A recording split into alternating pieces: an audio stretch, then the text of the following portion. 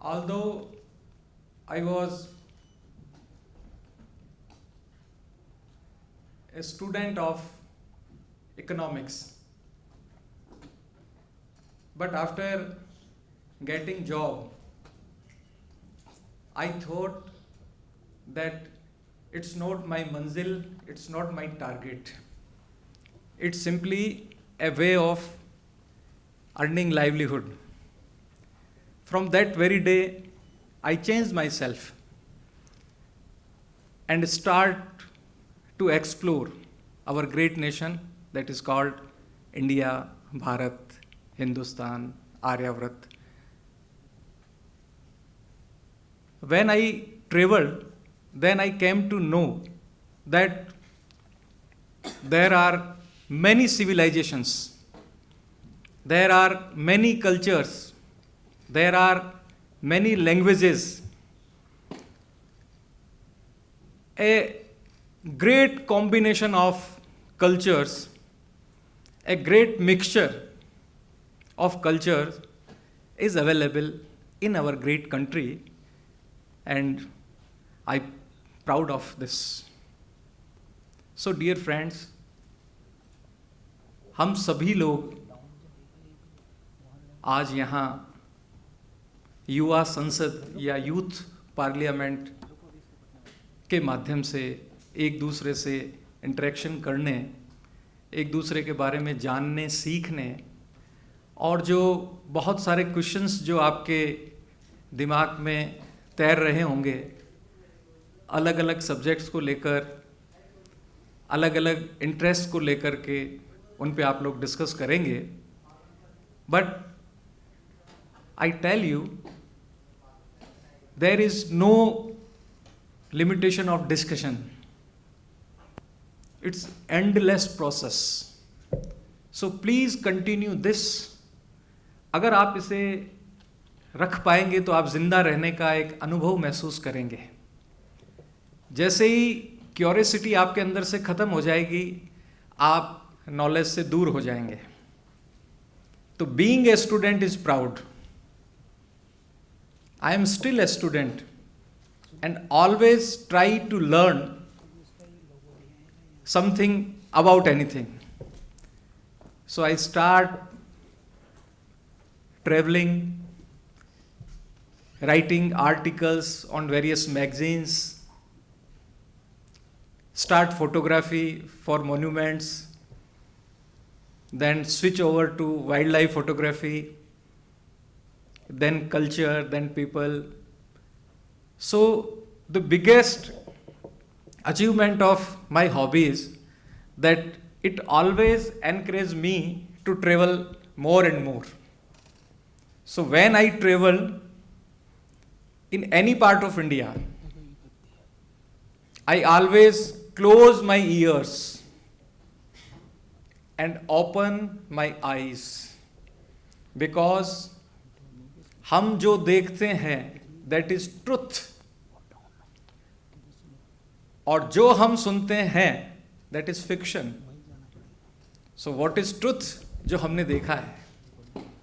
तो आप लोग, कोई तमिलनाडु से यहाँ आया है, कोई केरल से आया है, भारत के विभिन्न हिस्सों से, तो अभी तक आपने इस राजस्थान के बारे में कुछ सुना होगा कि Rajasthan is a state of typical geographical areas, most of the area covered with desert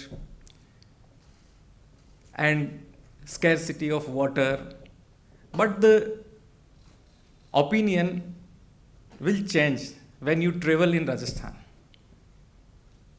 Western Rajasthan is covered by desert, but eastern Rajasthan is covered by beautiful Aravalli mountains.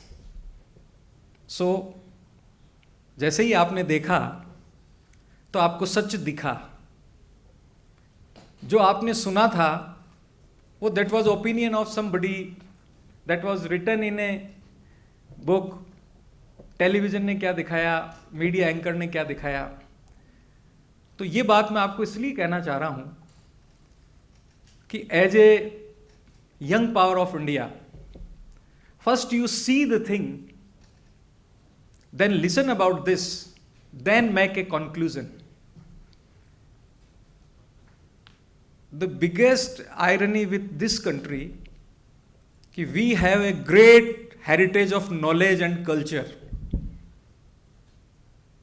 इतना सारा हमारे पास में ज्ञान है कि इसकी व्याख्या हर आदमी ने अलग अलग तरीके से की है.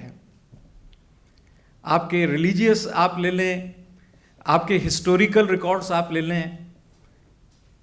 एक रिकॉर्ड है, उस रिकॉर्ड पर लोगों ने बहुत अलग अलग तरीके से कहा है.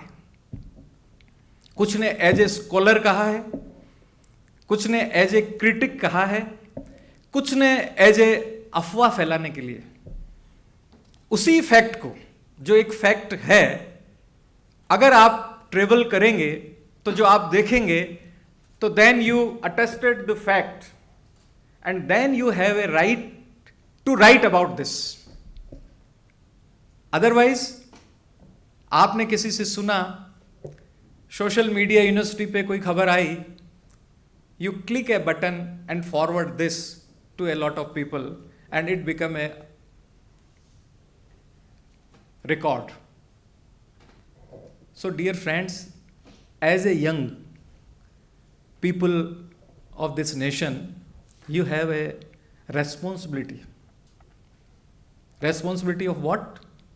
Responsibility of to convince people what is wrong and what is right.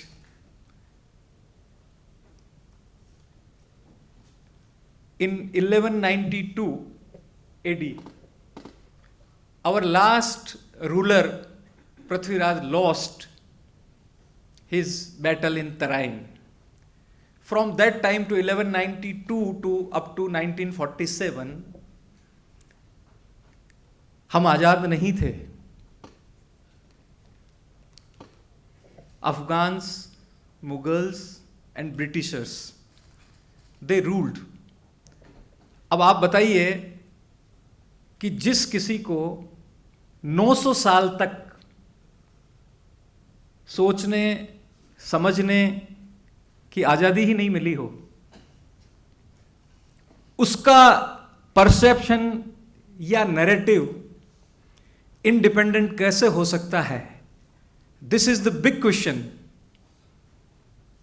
Gentleman, this is a very big question. आप लोग मेरे सामने बैठे हैं, that's why I share with you people that you are the future of this nation. और जो narrative आप बनाएंगे, उसी नैरेटिव के ऊपर लोग आगे बढ़ेंगे. तो नैरेटिव कौन सा चल रहा है? गुलामी का, दास्तानों का, बंधन का. एक्स ने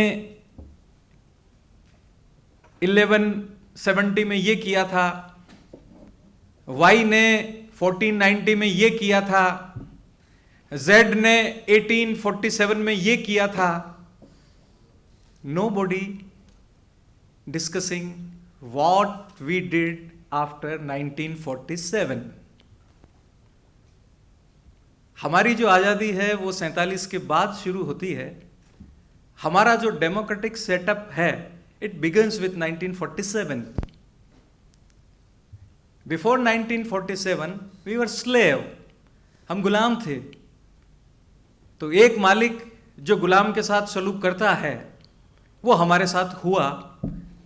and this is the irony of our history कि we always remember the memories of गुलामी. सो द प्राइड फैक्टर हमसे छीन लिया गया. We have no pride.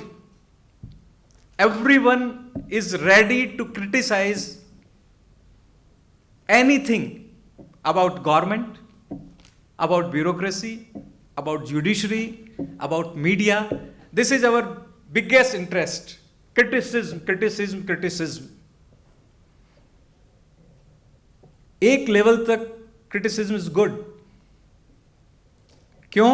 कि अगर criticism नहीं होगा तो हम सिस्टम के फॉल्ट्स नहीं पकड़ पाएंगे. लेकिन क्रिटिसिज्म में एप्रिशिएशन खत्म हो जाता है. एप्रिशिएशन खत्म होते ही the process of learning, the process of making a new narrative totally खत्म हो जाता है। एक मां अपने बच्चे को कम नंबर आने पर